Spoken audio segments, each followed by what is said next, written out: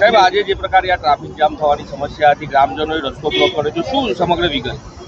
આજે સવારે 7:30 વાગ્યાના સુમારે ગામડી ગામના એક યુવાનનું અકસ્માતમાં મૃત્યુ થયું હતું અને આ ફેટલના કારણે ગ્રામજનો ઉશ્કેરાઈ જઈને રોડ ઉપર આવ્યા હતા અને રોડના તેમને આડસો કરી લાકડા પાથરી અને રસ્તો બ્લોક કર્યો હતો.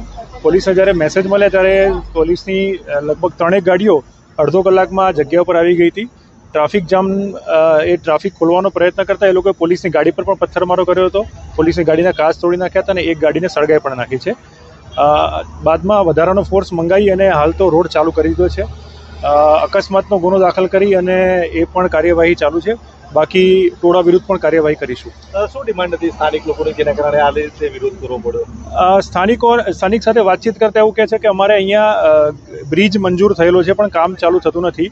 જ્યારે NHAIના અધિકારી સાથે વાતચીત કરી ત્યારે એવું જણાવે છે કે બ્રિજનું ટેન્ડર બહાર પડ્યા પછી સમય મર્યાદામાં કામ ચાલુ ન કરતા એને બ્લેકલિસ્ટ કરવામાં આવ્યો હતો, જેના જે હુકમના જે હાઈકોર્ટમાં જઈ અને એની પર સ્ટે લઈ આવ્યો હતો અને પછી એ સ્ટે પણ ગઈકાલે 14/5 વેકેટ પણ થયેલો છે. એટલે નવેસરથી ટેન્ડરની કાર્યવાહી કરવામાં આવશે એવું NHAIના અધિકારીઓ જણાવે છે.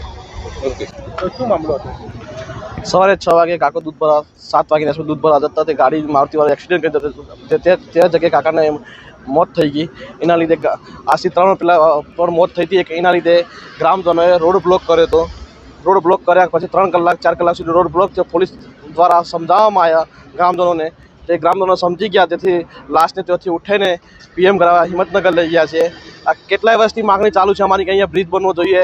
કેમ કે અમારે ખેડૂતો અહીંયા પેલી સાઈડ અમારા ખેતરા છે. ખેડૂતોને ચાર લેવા માટે, ટોરોમાં પાણી લેવા માટે, એના માટે રોડને પેલી સાઈડ જવું પડે છે.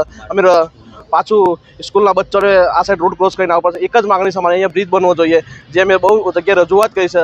3 વર્ષથી અમારી કોઈ રજૂઆત સાંભળતું નથી. એના લીધે ગામવાળાને આકરો સાઈડ રોડ બ્લોક કર્યો હતો. એક્સિડન્ટ થયો હતો. વિજયસિંહ પરમાર.